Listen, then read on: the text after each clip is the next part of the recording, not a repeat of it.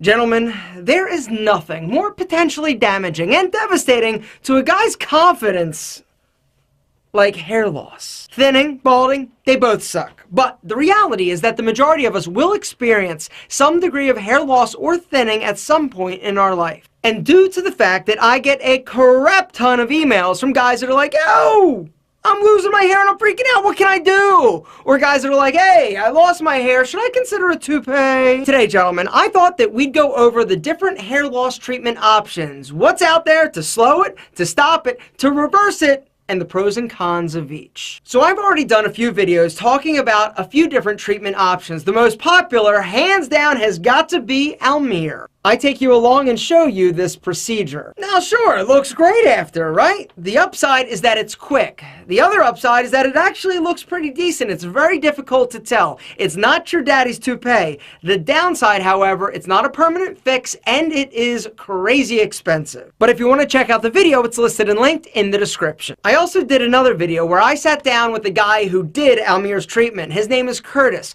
Curtis has a lot of experience with hair transplants. He's had one himself. So I sat down and asked him all the questions that I could think of and got as much information about getting a hair transplant as possible. The upside to hair transplant is that it does actually fix hair loss. The downside is that it takes a lot of procedures, generally a minimum of 2. It's also incredibly pricey and it's painful. Now say you've had a hair restoration process done, all right, and you're like, "Yeah, I wish it was a little bit thicker." Or you're somebody who is thin, you're not totally bald, but you're like, "Man, I'm really just a little bit insecure about this bald spot. I wish my hair looked thicker."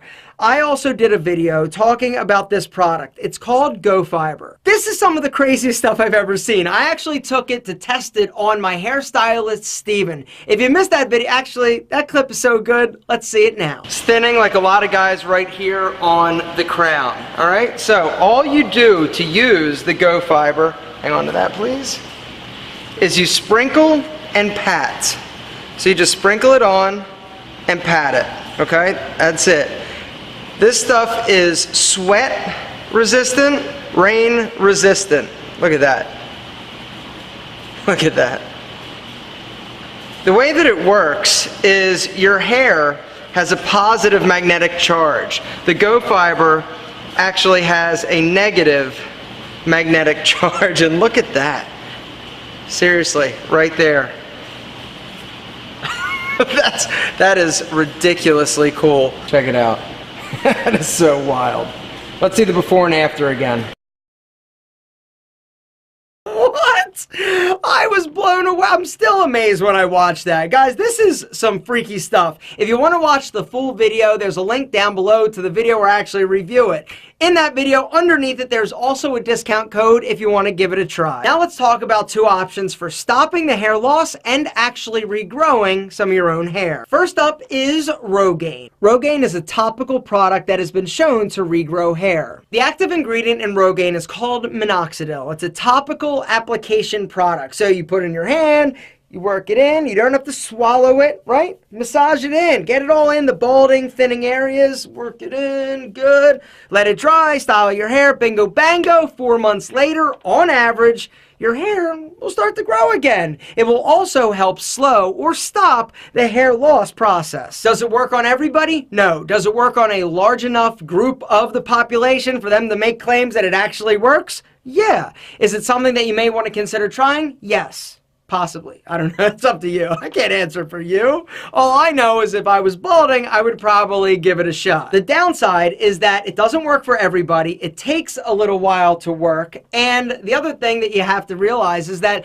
if you stop using it, it's going to stop working. And the hair that you regrew may actually fall, it will fall back out. It's not a cure, it's a treatment. Next up, Propecia. Propecia is an oral medication. You take it and it slows the amount of DHT that your body is producing. DHT is a hormone responsible for hair loss. Decrease DHT and your hair is like, hey, I don't have DHT anymore. Sweet, I'm gonna start growing and I'm gonna stop falling out. The medication can only be taken by men and cannot be handled by women or children. children, which kind of makes me go, what? The good news, I've got a great head of flowing, luscious locks. The bad news, my wife grew a third breast. Actually, that's not a bad thing. The bad news with Propecia is that a lot of people do report medical side effects, as in sexual side effects. Can't get it up, not really interested in getting it up, or a decrease in semen production. Not for everybody. Some people are like, yo, cool, take it, and you're like, what's up? And they're still like rocking and rolling, doing their thing, but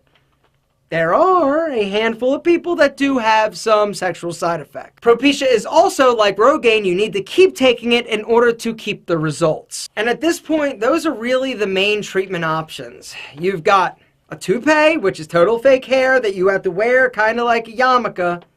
Not exactly. All right, the other option is hair transplant. Sometimes it works great, sometimes it works bad. Another option is Rogaine, which will help regrow hair a lot of times and help slow the hair loss process. Propecia, same thing. Go Fiber is like hair in a can voodoo. I don't know how it works. Actually, I do technically know how it works. I still can't believe how well it does work. The other option is to actually embrace your hair loss. Does it suck? Yes. Are you going to have a period where you're like, this really sucks, and freak out? Yes. But at some point, you embrace it. There are things you can do to absolutely crush it and look incredible. Little facial hair, great frames. There are ways that you can add interest, balance, and dimension to your face without hair. So hopefully, this gives you a little bit better idea of what's out there in terms of options. Some are immediate, some take a little bit of time, some are a quick fix, others are more permanent. All of the information and videos are listed and linked down in the description, but the one thing I would like you to take away, you are devastatingly handsome and amazingly awesome with or without your hair.